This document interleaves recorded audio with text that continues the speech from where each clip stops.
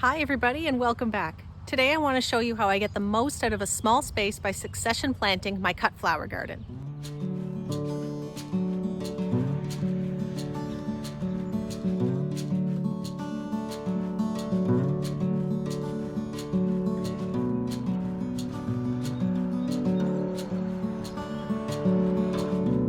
Now for a backyard gardener, this is going to look like quite a bit of space. But in addition to growing flowers and vegetables for my family, I also sell cut flowers and herbs down at the local farmers market.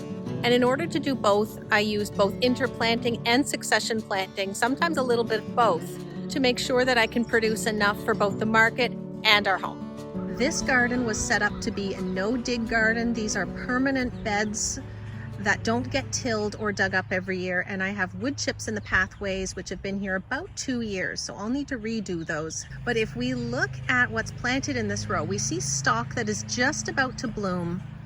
And about 2 weeks ago I came in and I planted some pro-cut sunflowers in between.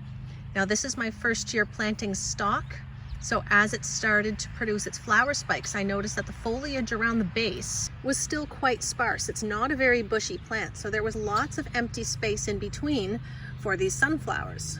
And as it's definitely looking like the stalk will be ready to harvest within the next week to 2 weeks, it should be out of here before the sunflowers get big enough to completely shade it out.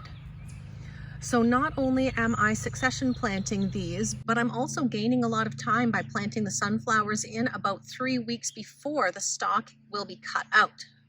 Now I had done the exact same thing in a second bed as well, and although the sunflowers are quite a bit bigger than they are in the first bed, the stalk should still be cut and out of the way before the sunflowers get big enough to completely shade them out.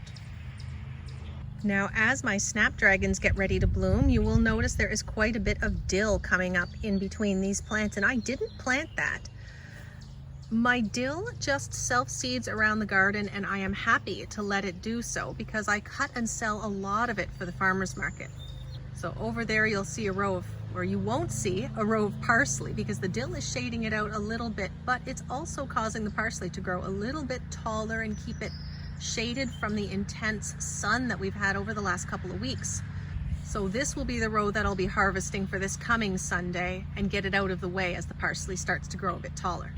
I use a lot of snapdragons, so you'll see about 2.5 rows full of snapdragons that I've planted, and some are bigger than others, and that is because these ones here in front I have pinched. If we take a close look, you'll see many growth points coming off of each of these plants, and these are the ones that I've pinched, which means they are going to give us multiple bloom stalks at the same time, but they will come quite a bit later. So this row over here is the one that I did not pinch. This is a rocket mix, so they're a little bit of a faster grower anyway. Now after I harvest these within a week, they will branch out, giving me another flush in a few weeks' time. But before they are ready, I should be starting to see flowers from the rows that I did pinch. So that is a bit of a clever way to make sure that you get a succession of snapdragons. Pinch half of them and then leave the other half to bloom early. So we're coming up now to my fall sown feverfew, and it is just glorious. Look at the beautiful flower heads on that. I've only just started cutting this and I'm gonna have so much of it to use. It's beautiful. But since we're talking about succession planting, I want to come over here to the far side of the bed because where most of this I planted in the fall, I do have a couple of rows at the bottom that I planted this spring. So these heads are just starting to bud up. This fall sown stuff has grown so big, it's kind of encroached on about 1.5 feet of it. But at the very least, I know I'll have this little patch down here that should be blooming within about 2 weeks. And by that time, all of this should be cut and used. Now this bed in here, I actually have saffron crocus growing, which isn't a cut flower, but I have a lot of dill coming up in here as well, since the saffron crocus will be dormant until about September. And in between the dill, which will be all cut within the next few weeks, I have some scabiosa. So there's a dozen plants in here that should bush out nicely. Another benefit of interplanting, actually, these scabiosas are going to grow a little bit taller than they would if they were planted by themselves because they're in competition with the dill. So when you're planting for cut flowers, tall straight stems is very important, and this is a great way to get that accomplished.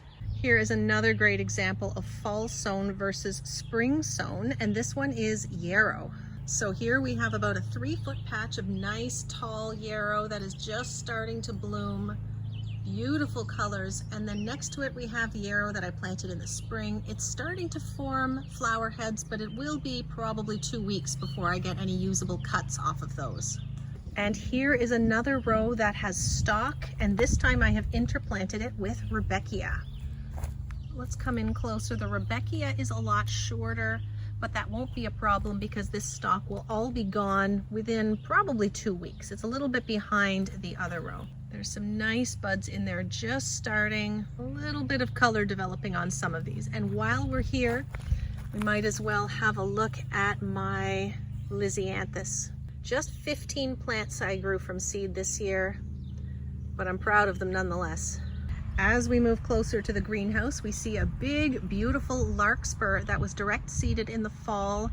I direct seeded this whole row, but this was the only one that came up and survived the winter. So we have another really good example of fall sown versus spring sown. But again, as I considered that a little bit of a fail when I only had one plant, it's also going to serve as succession planting because look how many bloom stalks I'm going to get off of that one plant. And hopefully by the time that's done, these ones will all be in bloom as well. I also have another couple of plants in here. This row came up fairly sporadically, so I just moved the plants into one area so that I could plant more Rudbeckia. And in behind it, I have frosted explosion grass, just a little 3-foot patch. Now, speaking of Rudbeckia, I just showed you the Rudbeckia I grew from seed this spring. Started a little bit late, so it should be a bit bigger by now, but nevertheless, I have some perennial Rudbeckia that I'm going to show you in the front yard that is just about to burst into bloom. And there she is. Not a particularly fancy variety, just your typical perennial black-eyed Susans. The last 2 beds I'm going to show you are a bit of a hot mess, but still a productive mess. So we're going to have a look anyways. You may remember the bed that had all my daffodils back in the spring. And if you're new here or missed that one, definitely go back and check it out because I had some gorgeous varieties. This bed is 8 by 4, not super giant, but if you look closely, you'll see the daffodil foliage still dying back. So we don't want to mess with that. But I direct seeded a whole bunch of stuff in here. So we have some poppies. Now, poppies aren't the longest lasting cut flower. I may not use those, but I still wanted them here because they're gorgeous. We do, though, have some calendula coming up, just starting to flower.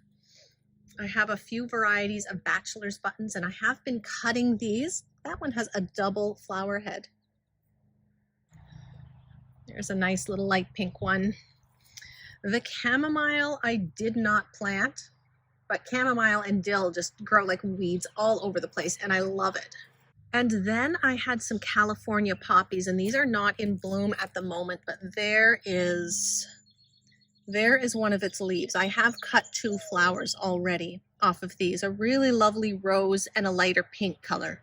So that is a good use of this bed where I would normally just have to leave these daffodils alone to die back, which they are doing, but I'm using the space at the same time. Now the second bed, this half here is where all of my tulips were, and a week ago I pulled them all out and we now have some zinnias, just the Benary's Giant mix, and in the front we have Flamingo Feather Celosia. And each of these are actually bundles of 3. That's something I'm trying out this year just to see how it works. The other half of this bed also have bulbs, but they're more summer flowering perennials. All this foliage is from hardy gladiolas that I've already picked. This one was small, so I left it. It's just starting to go over now, but here is one that is almost ready to pick. Much smaller and daintier than your big gladiolas, which don't quite overwinter here. And when I saw that there were perennial varieties, I had to give them a try. So I have a couple of rows of those, and these alliums, which are just getting ready to bloom now. I forget which color these are going to be, so that's going to be a really nice surprise. I have planted straw flowers in between and some more poppies, and the dill is just coming up like weeds. Oh, I think there's some nigella in here as well. I planted that right along the edge. Oh no, there it is. Foliage is almost identical to dill. This is the nigella right here, and this is the dill. I'll make sure that I pull all this as well. Hopefully we'll get some flowers from that nigella. So in this small 4x4 space, we have alliums, hardy gladiolas, poppies, dill, strawflower, and nigella. I've just backed up a little bit to have a look at this row of Buplurum. Now this is new to me this year, but I believe it is a one-cut plant. So once I see the flower heads start to develop, I may direct seed some zinnias. That way they can germinate under the shelter of these plants before I cut them. And once they're done, I can just cut them out at ground level and not worry about pulling the roots out and disturbing the zinnias. So that is the plan for this row. So just a side note that our entire yard is only 1/3 of an acre. And in addition to keeping quite a bit of space for the kids to play, we've made it an incredibly productive space, both in food, herbs, and flowers for the house, as well as our local market. And it's about to be a lot more productive. We're starting a big project here, and if that piques your curiosity, be sure to subscribe and be sure to leave a like before you go as well. Thank you so much for watching, everybody, and I'll see you next time.